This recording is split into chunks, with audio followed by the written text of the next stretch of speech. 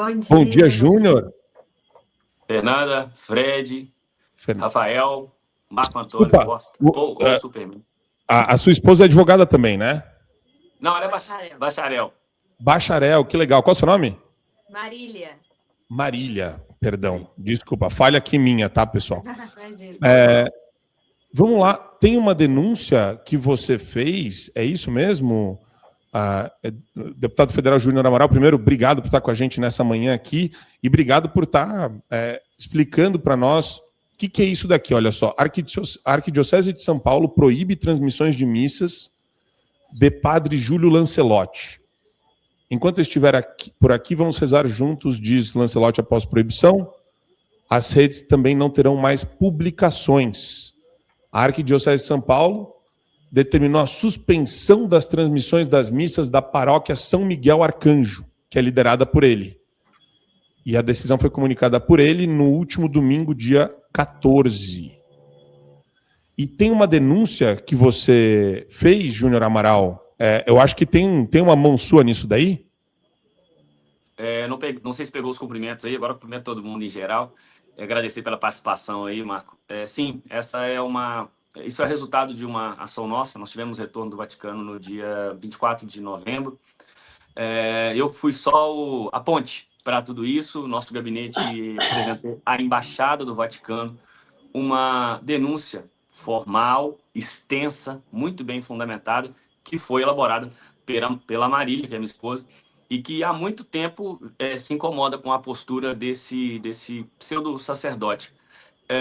Essa primeira reação, essa primeira decisão do Vaticano, e eu tenho convicção que é do Vaticano, porque ao Dom Odílio já havia outras, talvez centenas de denúncias, vários outros escândalos, e infelizmente nada havia sido feito, nenhuma providência havia sido tomada.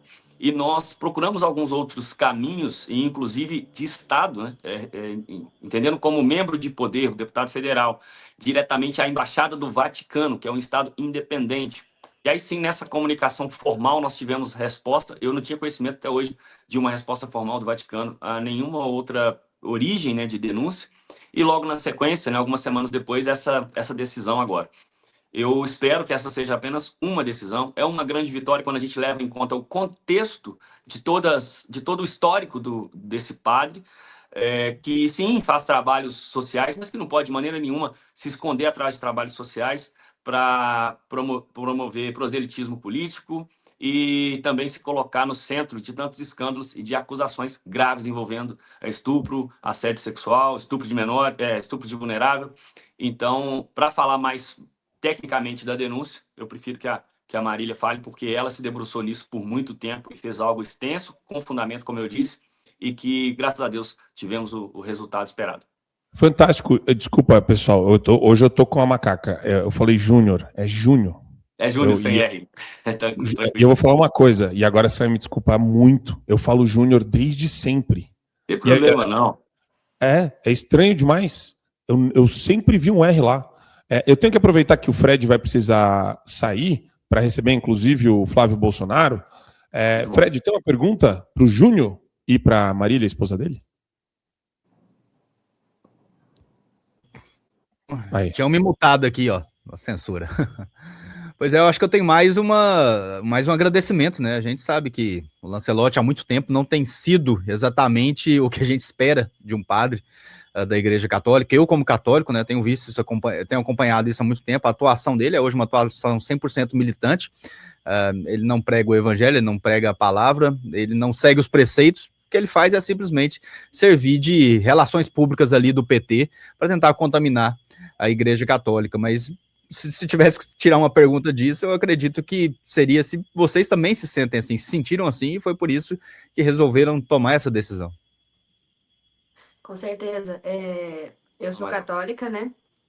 E enquanto católica, a gente aprende desde cedo que nós temos, né, o Código de Direito Canônico, nós temos o Catecismo da Igreja Católica. É por ali que eu pauto as minhas decisões, é por ali que eu pauto todo o fundamento da minha vida religiosa. E por que um sacerdote que deveria, acima de qualquer outro fiel leigo, respeitar e seguir esse mesmo Código de Direito Canônico, esse mesmo Catecismo da Igreja Católica, por que ele não faz? E em não fazendo, por que nada acontece com ele? né? Então, assim, isso realmente foi instigando e foi frustrando a gente ao longo da vida e da nossa vida enquanto católica. E até por isso, né, eu tenho contato com muitos outros católicos que também se sentiam muito frustrados com relação a isso. Porque o principal problema não é o fato de ele ter uma opinião política. Ele é um ser humano, ele tem direito de ter a opinião política que ele quiser. O problema é ele usar da missa, da Santa Missa, do principal ato da fé católica, para fazer proselitismo político, para gritar sem anistia. Né? Isso são coisas que não cabem dentro da celebração da Santa Missa. Então, se nós temos tanto respeito, tanto zelo, a missa é tão importante para mim, eu me preocupo em como eu vou assistir a Santa Missa, em ter zelo, em ter respeito, e eu sou uma fiel leiga, por que um sacerdote não tem a mesma postura? Então, assim, o sentimento agora é de alívio de ver que nós fomos ouvidos, que a nossa indignação ela chegou a quem tinha que chegar, a quem tinha poder para investigar e fazer alguma coisa. A nossa missão foi apontar o erro, apontar o que estava em desacordo com a doutrina católica, e agora está nas mãos de quem tem competência para avaliar isso, quem tem competência para perceber esses erros e corrigi-los na fonte, que é o Vaticano. A gente mandou a denúncia não só para a Nunciatura Apostólica, que é o Núncio Apostólico da Embaixada aqui no Brasil, mas a gente mandou também direto para os dicastérios, lá em Roma. Então, agora sim está na mão de quem tem autoridade para investigar e fazer justiça por todos esses anos, né, que ele pisou na nossa doutrina, na nossa tradição. Muito, muito legal. Eu estou adorando ouvir a Marília falar sobre isso. Falou direito canônico, até me deu um arrepio aqui de, poxa, ainda existe um direito existe um direito, né? E o Moraes é amigo do safado do padre Lancelotti. Vocês sabem disso, né? É amiguinho. Sim. De celular. Inclusive, Marco, fazer só um adendo aqui, um assessor do Júlio Lancelotti chegou a ameaçar as pessoas que estavam fazendo as denúncias e usando o Alexandre de Moraes. Que ele é amigo de juízes da Suprema Corte, então cuidado com o que Ele vocês falou vão isso fazer. oralmente ou falou por escrito em algum lugar? Tem um menino no Instagram que ele postou o print da mensagem que ele recebeu do assessor do Júlio Lancelotti mencionando os ministros. Então eles usam o Moraes para ameaçar as pessoas, que nem um cachorro louco. Ó, eu tenho um cachorro louco aqui no meu quintal, hein? Não chega perto. Não pula, não. Não pula, não. Fred, deixa eu agradecer o Fred. Fred, sempre maravilhoso. Obrigado por estar com a gente nessa manhã de quinta-feira. Boa quinta-feira para você. Muito trabalho. Eu sei que você vai acompanhar aí o Flávio Bolsonaro em Goiânia. Tô certo ou não? É isso mesmo? Isso mesmo. O Flávio veio aqui, veio mais ou menos de última hora. A gente vai fazer a recepção dele aqui. Mas agradecer, Marco. Desculpe, realmente foi imprevisto de última hora. Imagina. Adoro participar com vocês aqui na quinta. Ó, Júnior, Marília, Rafael, Fernanda, obrigado, nossa audiência. Até a próxima, Marco. Fiquem com Deus. Eu que agradeço. Valeu, queridão. A gente ocupa o seu espaço aqui, Fred. Vai lá, Vitor. Tá muito preocupado, tenho certeza. Valeu, Fred. Vamos lá. A gente tem mais uma pergunta. Deixa eu jogar para o Satier. Desculpa, para a Fernanda Bart, se tem uma pergunta. Fê. Peraí que a Fê tá mutada. A censura aí, ó. Eu gostaria de saber se esse processo que vocês entraram, ele pode evoluir para uma proibição total e um afastamento do Lancelotti da igreja. Sim, vou deixar a Marília responder, mas só para destacar antes, que a gente não citou aqui. Essa nossa denúncia foi apresentada para centenas de pessoas e nós reunimos mais de 1.000 assinaturas apoiando todo o documento que a gente elaborou. Então, só para deixar bem claro também, existem mais de 1.000 pessoas representadas diretamente, deixaram sua assinatura nessa denúncia. Sobre as possíveis sanções, a gente percebe que o Júlio ele teve alguns comportamentos ao longo do sacerdócio que eles são passíveis de excomunhão lato sensu, né? Como, por exemplo, a apostasia, ou heresia também, que ele cometeu publicamente numa palestra na PUC recentemente, né? Então, alguns atos dele seriam passíveis de excomunhão lato sensu, mas isso tudo depende do superior imediato, né? Do bispo, Dom Odilo. E agora chegou a Cúria Romana, então a Cúria Romana vai pressionar a arquidiocese para que resolva, né, com base nas penas previstas no Código de Direito Canônico, para esse tipo de conduta. Lembrando que nós não denunciamos apenas a apostasia e a heresia, o que já seria terrível para a igreja. Ter um sacerdote cometendo apostasia já é uma coisa terrível. Nós denunciamos também sincretismo religioso, que também é condenado pelo Código de Direito Canônico. Nós denunciamos também... É bom citar o fato, né? Ele recebeu um passe de uma mãe de santo e afirmava ali que todas as religiões São equivalentes. tinham o mesmo peso, enfim. Isso também é condenado no Código de Direito Canônico. Nós denunciamos também o fato dele ter narrado um curta-metragem relatando a vida de Santa Marina, que era uma santa que precisou para ficar, ela não tinha mais a família, para conseguir ficar junto com o pai no mosteiro. O pai falou que ela era menino, mas ela cresceu como mulher e virou uma grande santa da Igreja Católica. Ela é a Santa Marina. E ele foi a voz de um curta-metragem que relatava Santa Marina como São Marino, que era um santo transexual. Então, tentando empurrar a ideologia de gênero dentro da história da vida dos santos. Né? Nós denunciamos isso também. Nós denunciamos casos de abuso de menor, né? Que tem um coroinha que foi abusado, relata que foi abusado por ele quando tinha 11 anos de idade. Esse rapaz está em contato conosco e a vida dele foi destruída por esse fato. Ele passou a vida toda com vergonha. Ele não quis voltar mais para a igreja. Olha o perigo, não só para a cabeça dele, para um menino, né? Para a questão psicológica, mas também para a alma dele. Ele se afastou da igreja por causa disso.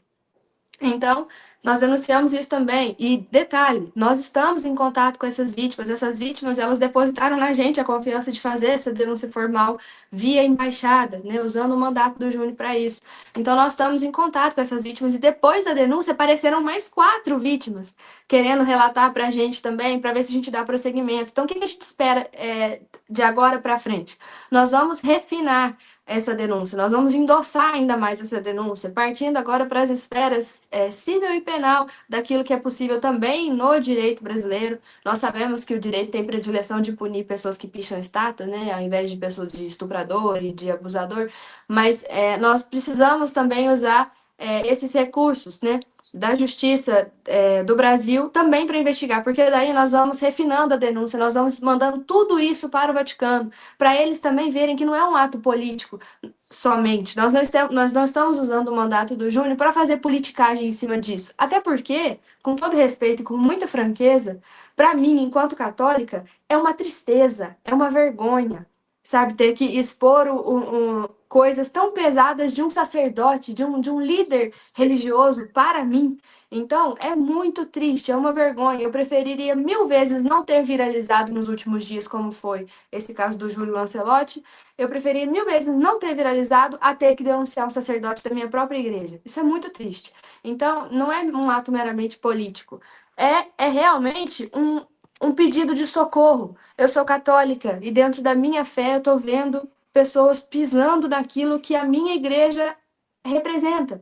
Então, nós estamos fazendo isso muito também para fazer justiça por essas vítimas que passaram tantos anos sendo ignoradas por conta de politicagem. Aí, elas sim ignoradas por conta de politicagem. Essas vítimas sim foram ignoradas por conta de proximidade com o político, de proximidade com ministros da Suprema Corte. Então, assim, a justiça é muito seletiva no Brasil, né? Então, agora a nossa esperança daqui para frente é refinar essas denúncias. Nós estamos já em contato com as novas denúncias que têm surgido de moradores da Moca, Belenzinho, né? E aí nós esperamos mandar tudo isso ao Vaticano para que eles tomem as medidas necessárias. E aí pode sim culminar com a excomunhão de fato do Júlio Lancelotti da Igreja Católica. Olha só, eu tô adorando ouvir tudo isso. Satie, tem uma pergunta? Tenho sim. Primeiro quero parabenizar o deputado Júnior e também a sua esposa Marília por esta ação. Importantíssimo a gente fazer com que as nossas ações estejam para além da política, e vocês conseguiram efetivar uma ação silenciosa para além da política fora do país e conseguiram ter um resultado assim muito expressivo. E a gente sabe, né, que hoje o Alexandre de Moraes ele é uma hidra no Brasil, né? É impressionante como esse cara tem acesso e contato, está enfiado em todos os assuntos.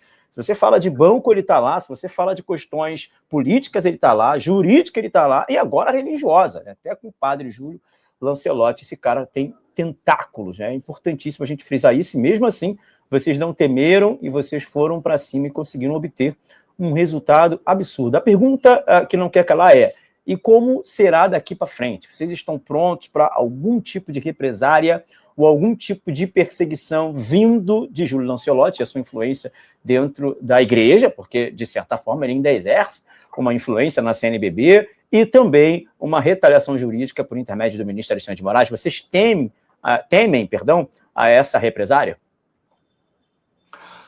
Rafael, a gente já está preparado, né, para tudo isso. Na verdade, quando eu ingressei no mandato, na primeira vez, em 2019, como deputado federal, e nunca imaginei que fosse ocupar um posto desse, eu cheguei disposto a honrar as pessoas que acreditaram em mim, e eu sabia que, a partir daquele momento, a gente teria que ter coragem, resiliência e pulso firme, né? Ali, já logo no ano seguinte, fui um dos primeiros perseguidos pelo STF, junto com Daniel Silveira. A diferença é que ele acabou sendo ainda mais duro nas palavras e teve o destino que teve. E eu também fui alvo, e respondo ainda, né, nesse inquérito infinito, que já se arrasta por 7 anos, o inquérito das fake news no Supremo Tribunal Federal, o inquérito dos atos antidemocráticos, esse que começou muito antes, né, da ação do que eles tentam imputar como golpe. Então, já tive já tive quebra de sigilo telemático, já tive quebra de sigilo bancário, já fui ouvido pela PF algumas vezes, tudo na tentativa de me intimidar. E claro que a gente busca ter contorno, né, na postura, para tentar ter o equilíbrio ali e nos proteger de alguma forma, mas o conteúdo ele não pode ser perdido. A essência ela tem que ser a mesma, de não mudar, de seguir em frente enquanto a gente ocupar esse espaço, no meu caso como deputado federal, mas representando também dezenas de milhares de outras pessoas que precisam de representantes que não recuem. Então, se a gente está preparado para isso, a Marília acaba, né, por ser mulher, por ter uma condição até melancólica um pouco, ela sofre um pouco mais do que eu nessas questões. Tem gente muito covarde, cara. Mais de 15, 20 pessoas, pelo menos, enviaram mensagens a nós, e a ela principalmente, até aproveitando essa fragilidade da mulher, emocional que a mulher tem, de mãe, tem pessoas que atacaram até os nossos filhos aí nas últimas 48 horas. E eu converso com ela e tentando sempre trazer esse equilíbrio, trazer essa força, para que ela compreenda cada vez mais que é o resultado de quem incomoda o diabo, de quem faz a diferença. E nós temos que estar preparados para isso, e esse foi só um primeiro passo, a gente espera muito mais.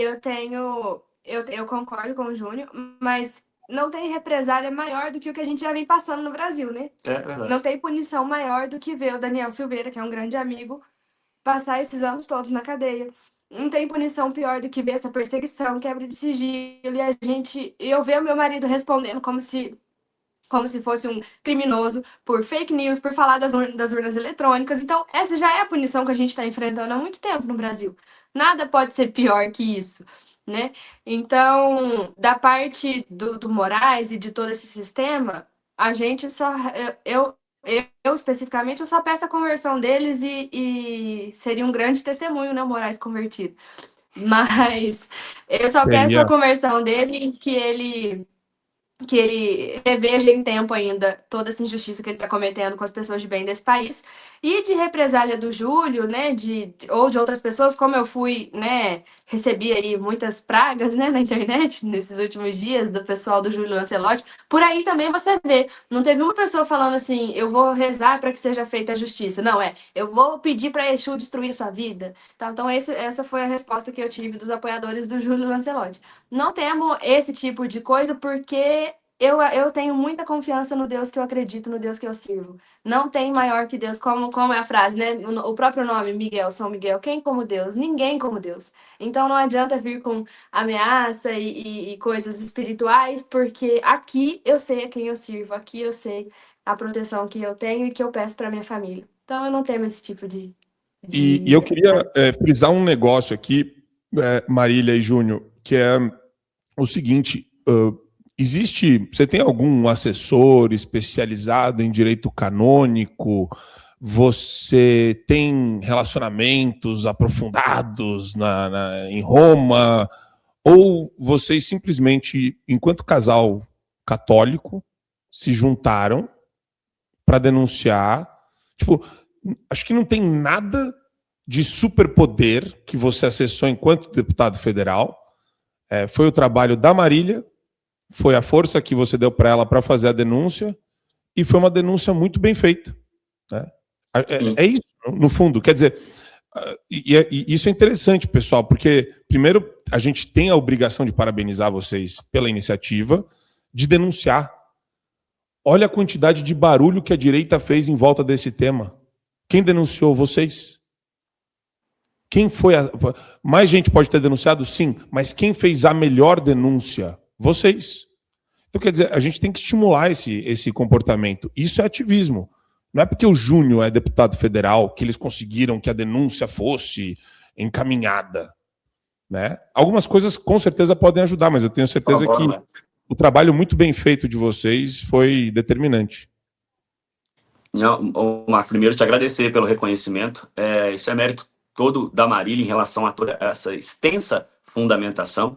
Eu sou evangélico, eu sou cristão evangélico, a gente convive muito bem junto, até porque 99% das coisas a gente converge, e eu represento dezenas de milhares de católicos. E como cristãos, tenho certeza que nenhum de nós gostaríamos de ver líderes religiosos conduzindo as almas das pessoas ao inferno, e utilizando o palanque das igrejas, e aí diversas igrejas, aí eu não me refiro nem mais à Igreja Católica apenas, mas qualquer posição de destaque que conduza as pessoas a esse mal, a esse inferno. Como o Rafael estava falando um pouco antes da gente entrar na transmissão também, sobre a questão do Silas ser conhecido, Exatamente. evangélico, é exatamente esse o nosso sentimento, Rafael, de que líderes religiosos, pessoas que têm responsabilidade sobre as almas das pessoas, que eles tenham responsabilidade também no que eles apresentam para essas pessoas, porque a palavra deles conduz as almas.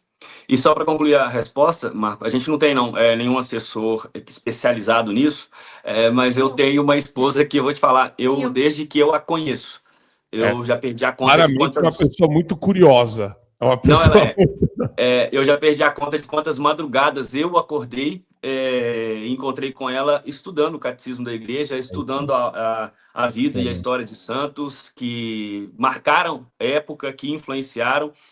Então, ela, sem dúvida, das pessoas que eu conheço de todo o meu ciclo social, é a melhor pessoa mesmo para poder ter elaborado esse estudo, esse fundamento. Não sei se outras denúncias foram feitas com essa extensão e com essa qualidade, mas eu tenho convicção no que ela elaborou, que realmente é algo irrefutável e com argumentos extensos, que trazem provas também que foram apresentadas até em juízo. Então, a gente está pensando num segundo passo, vou pedir a licença para não revelar aqui, porque eu tenho certeza que vai haver uma reação até para impedir esse segundo passo, se a gente falar, mas a gente vai precisar das pessoas ainda mais nessa próxima ação e nessa próxima conduta que a gente terá, ainda em continuidade ao que já foi feito até aqui.